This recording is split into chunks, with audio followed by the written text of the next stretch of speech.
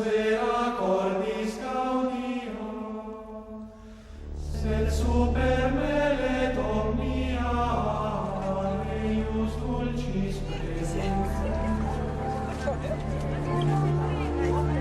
Il canitur suavibus, ni lauditur iucundibus, il cogitatur dulcius, quam Iesus Dei filius.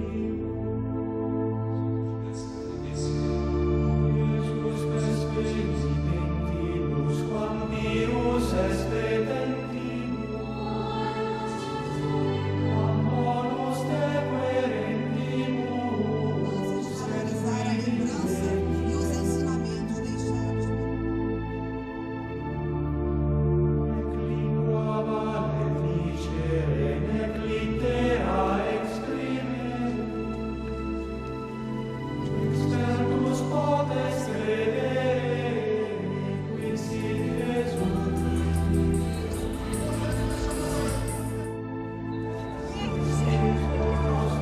Gaudium, qui es futurus premium, sin nostra inte gloria perpunta semper. Siamo nel vivo di quel Estamos periodo en storico plena Edad che viene Media, indicato aunque con esta il nome denominación di Medioevo. puede ser E engañosa. purtroppo il nome stesso Edad molte volte de ci medio, inganna. como si Età dijéramos di mezzo, que quasi antes y a dire después hay che otras prima e edades y dopo que ci ciertamente sono due son más età, ma che importantes. sicuramente sono più grandi nel nostro dire. Ma tu Tenemos pensi frases hechas come como uno che vive piensas ancora como si nel estuvieras Medioevo. aún en la Ma Edad queste Media. cose sono Pero si esto solo lo hace o lo fatte e piensa pensate alguien con per una mentalidad que vive in aún en la Non oscuridad. credo. Forse No es dobbiamo así. Quizá imparare a debiéramos riconoscere empezar a darnos che in cuenta questa de que en età esta época brilla in de maniera forma ejemplar esemplare el gran grande acuerdo accordo entre fra el l'uomo hombre que piensa e y el hombre que agisce. actúa. Ma su che cosa? Pero ¿sobre Io qué? come francescano, Yo como franciscano lo tengo davanti ante mí tutti i cada giorni. día. Cuando me alla pongo mattina cada mi mañana infilo la questo túnica sallo que Francisco quiso que ha fuera voluto de in una forma determinada, particolare, la forma de croce. cruz. Ed è su Y es questo sobre che esta, gli uomini sobre di questa lo que los età hombres de esta edad costruiscono construyen il su loro espíritu, ma pero anche la loro también sus azione, actos, il loro su fare. hacer. Il Medioevo La Edad Media è es ciertamente una época de grandes grande novedades novità intelectuales. Intellettuale. Domingo y e Francisco quasi son los capiscuola motores di que questa ponen novità, en o marcha meglio, esta novedad possiamo dire también i en el motori saber, che innescano porque questa en la Edad novità Media anche se nel abren sapere, las grandes perché nel Medioevo universidades, si aprono desde le Bolonia grandi hasta università, París, da Bologna pasando a Parigi, por Toledo. a Toledo, Universidades nelle en las quali que se enseña y se estudia el pensamiento anche il pensiero antiguo antico de dei filósofos como quale Platón y Aristóteles o de personalidades como San Agustín. Sant'Agostino, ma anche Pero también surge todo el nuevo pensamiento que crea y nos regala Santo Tomás. Ed è proprio A la alla universidad medieval debemos medievale el che nacimiento noi de la dobbiamo escolástica, la nascita que della profundiza scolastica, che en la relación approfondisce entre la el relazione conocimiento fra la científico conoscenza y el conocimiento scientifica teológico e o la revelación conoscenza divina. teologica o la rivelazione divina. Alberto Magno, San Buenaventura de Bagnoregio, Tomás de Aquino, son ejemplos de todo un ejército de frailes, sabios y pensadores que ponen en el centro al hombre. Encontrar y comprender su relación con Dios. En esta dialéctica es donde reside la fuerza de la escolástica. Está la fuerza de la escolástica. Y en las universidades católicas medievales encontramos a estos grandes personajes que ya hemos citado y que son capaces de entablar diálogo con la cultura árabe islámica.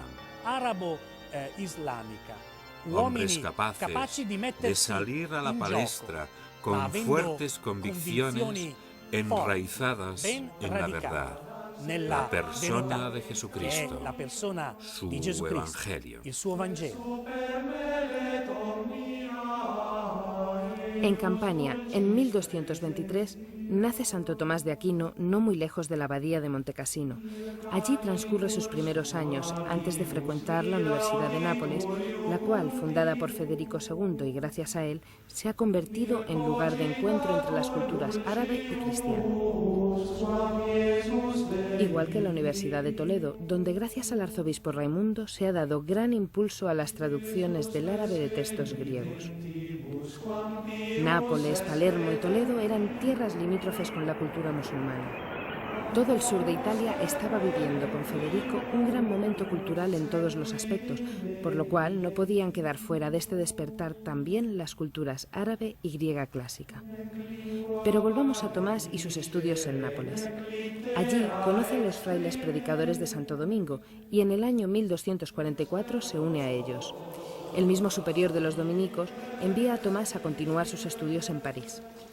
Allí encontrará a otro predicador, Alberto de Colonia, que será conocido como Alberto Magno por sus grandes dotes y capacidades. Cuando era joven, me impactó una afirmación sobre Santo Tomás de Aquino, que Santo Tomás enseñaba aquello que vivía. Y por ello me pareció que el santo era un auténtico hijo de Santo Domingo, del cual se decía que predicaba aquello que había vivido. Santo Tomás de Aquino, en la primera cuestión de la Summa Teológica, recuerda que la teología es una ciencia. Pero, ¿cómo profundizar principios que nos vienen dados por Dios mismo? Santo Tomás dice que hay dos caminos. La vía del estudio, que él mismo perseguía, pero también el camino de la experiencia. Y Santo Tomás ha penetrado en la realidad divina a través de las dos vías. En lo que respecta a la caridad, Santo Tomás propone un pensamiento verdaderamente original. Todo el mundo reconoce que Santo Tomás caracteriza la caridad como la amistad sobrenatural con Dios. Por otra parte, el mismo Jesús dejó dicho: ya no os llamo siervos sino amigos, además de muchas otras afirmaciones sobre la caridad, como por ejemplo, quien tiene la caridad posee a Dios, y poseer a Dios significa utilizarlo y gozarlo como uno quiere. Creo que cuando Santo Tomás afirmaba estas cosas, lo que hacía era poner por escrito su propia experiencia personal. Quien tiene caridad posee a Dios. Y poseer a Dios significa uti et free, usarlo y gozarlo como uno desee. Antes de morir, Santo Tomás dijo que todo aquello que le había pedido a Dios en la oración siempre lo había obtenido. El Papa Gregorio IX ha excomulgado a Federico II acusándole de haber interrumpido la sexta misión. Es el 29 de septiembre de 1227. Federico II negocia con éxito la rendición de Jerusalén a pesar de la excomunión.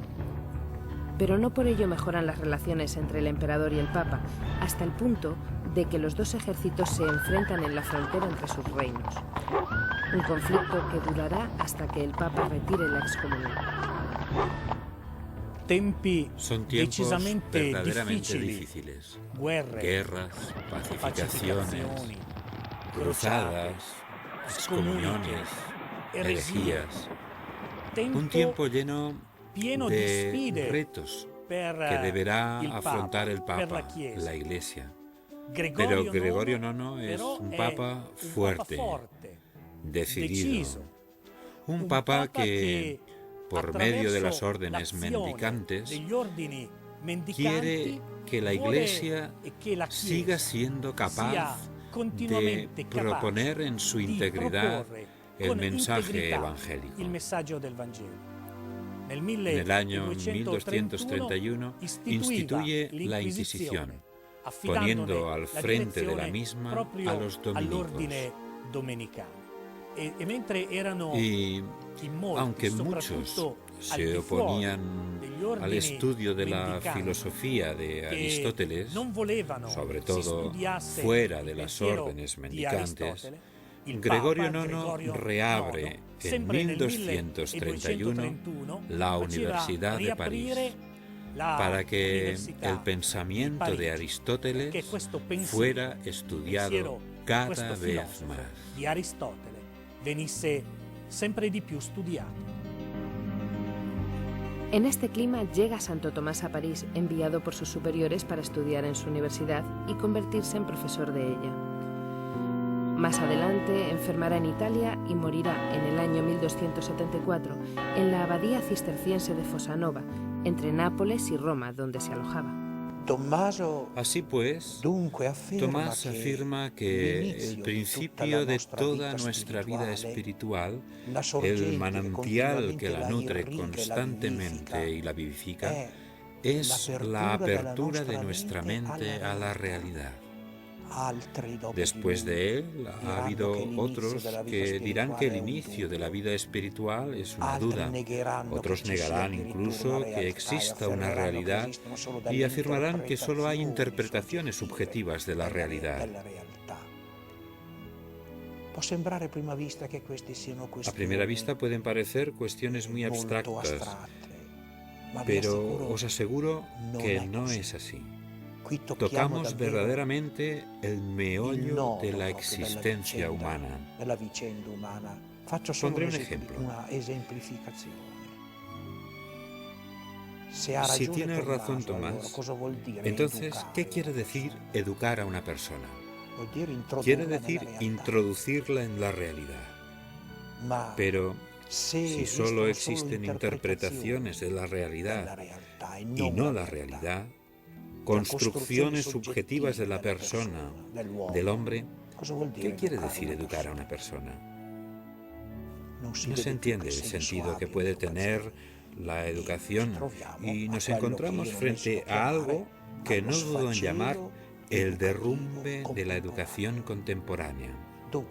Por tanto, estos grandes maestros del pensamiento cristiano tienen algo importante que enseñarnos. Porque, no lo olvidemos, la historia de la Iglesia, la tradición de la Iglesia es una cosa viva. Y nosotros vivimos aún de estos hombres. Y vivimos todavía con la elección que hicieron Francisco y Domingo, del pensamiento de Tomás, Buenaventura y Alberto Magno. Nos nutrimos todavía de ellos, aunque no seamos conscientes. Somos como niños que se suben a los hombros de un gigante. Y sentado en los hombros del gigante, el niño ve más allá que el mismo gigante, porque está más arriba. Si bajara, aunque fuera solo un momento, no vería apenas nada, porque es pequeño. Así nosotros hoy, los fieles de la Iglesia Católica, estamos sentados en los hombros de estos gigantes y, en cierto modo, vemos más allá de lo que vieron ellos, porque la tradición de la Iglesia es el camino de la Iglesia hacia la plenitud de la verdad que Dios en Cristo nos ha revelado. Estamos ahora en Roma. El Papa Benedicto XVI, como es tradición, guía la procesión del Corpus Christi. El momento culminante es cuando todos se arrodillan ante la hostia consagrada. Jesús está presente entre nosotros. El Papa Benedicto XVI, siendo todavía cardenal, escribió y dijo que sin adoración no puede cambiar el mundo. Pensemos que Santo Tomás, en una homilía para el Corpus Christi, decía, parafraseando un párrafo del Deuteronomio, ¿Quién es más afortunado que nosotros, pueblo de Dios, que tenemos a Dios tan cerca? Rechazar la adoración significaría no querer a Dios cerca, como escribió Ratzinger en un célebre libro que se titula precisamente El Dios cercano. Adorar a Dios. Hay un lugar especial en la historia de la Iglesia Católica, Orvieto. Allí, en la capilla decorada con frescos del dominico Beato Angelico, se conserva la reliquia del corporal, milagro de la hostia consagrada que empapa de sangre la tela del corporal. La historia de la Iglesia Católica se enriquece con este milagro para que el pueblo de Dios no se olvide de adorarlo y glorificarlo. En torno a Jesús, presente en la Eucaristía, se construyen catedrales que se convierten en pilares de una civilización que tiene su centro en Cristo. Así, Orvieto y su catedral son también historia escrita con piedra, colores y signos. Aquí y en toda la Europa de aquella gran época de la civilización que fue la Edad Media, en la que las órdenes mendicantes, los franciscanos y los dominicos, fueron los protagonistas, junto a todo el pueblo, en la construcción de nuestra civilización. La construcción de las mismas catedrales no es simplemente un trabajo realizado por alguien. Es una tarea que engloba de manera comunitaria a toda la masa de fieles que ofrecen su casa a Dios. La novedad más hermosa de estas obras, impulsadas por la genialidad de los frailes franciscanos y dominicos, está en el hecho de que lo que se construye no se abandona una vez realizado. Necesita un mantenimiento y a su alrededor se va creando toda una red económica. Aparecen nuevos oficios y se crea una nueva estabilidad laboral. Así pues, la modernidad, la nueva idea que entra, el hecho novedoso es que todo el pueblo participa con sus bienes y capacidades para mantener viva la obra que ha sido construida. Es el corazón del pueblo que ha comprendido el mensaje y la fe de un pueblo que continúa ofreciendo esta gran obra al Señor. Frailes que potencian las universidades y se convierten en santos. Frailes que son elegidos papa como Inocencio V. Esta es también la época en que los frailes misioneros, franciscanos o dominicos atraviesan continentes.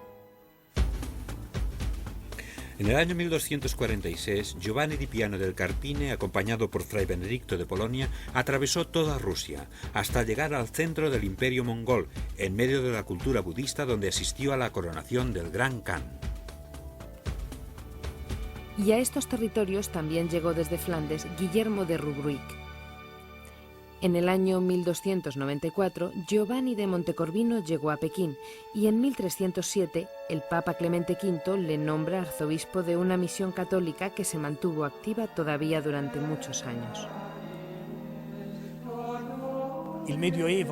Es en el medioevo cuando comienza a formarse una nueva conciencia política. Ya no es el rey o el emperador, sino las ciudades compuestas por nobles y artesanos, por gente del pueblo, quienes construyen juntos su propio destino, quienes gestionan la economía, el poder político y social. Es una gran novedad. Es aquí, en las ciudades, donde se crea la sociedad moderna. Como decía al principio, tenemos que desterrar los prejuicios que hay sobre esta época. Tenemos que revalorizarla, reconocer el papel innovador de la Iglesia, de los pontífices, que protegieron e impulsaron a las órdenes mendicantes, dando comienzo así a una sociedad moderna, capaz de confrontarse con lejanas culturas, de culturas de los imperios.